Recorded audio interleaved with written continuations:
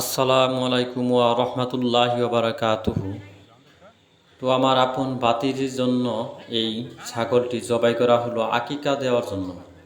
তো আকিকা দেওয়ার নিয়মটা হলো 3 ভাগ করে, এক ভাগ নিজের, আরেক ভাগ গরিব মিসকিনদের, আরেক ভাগ সমাজে বিলিয়ে দিতে হবে।